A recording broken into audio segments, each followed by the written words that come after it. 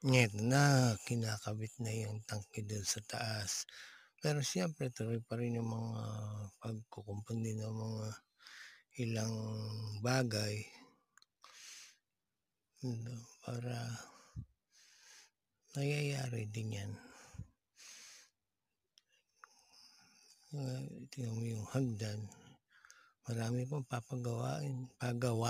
Ayun yung kulay asul nandoon na sa taas yung isang tangke. Ta's meron din ditong tangke sa gilid, yun. Inaakit ng hagdan na kailan kaya mayayari, tatagalan pa siguro. Kaya marami pang video na magagawa. Paunti-unti masusubaybayan natin yang pagyari niyan, yung pinapangarap kong magkaroon, inano ni Marie, siya ang nagtupad dahil ako wala nga akong trabaho.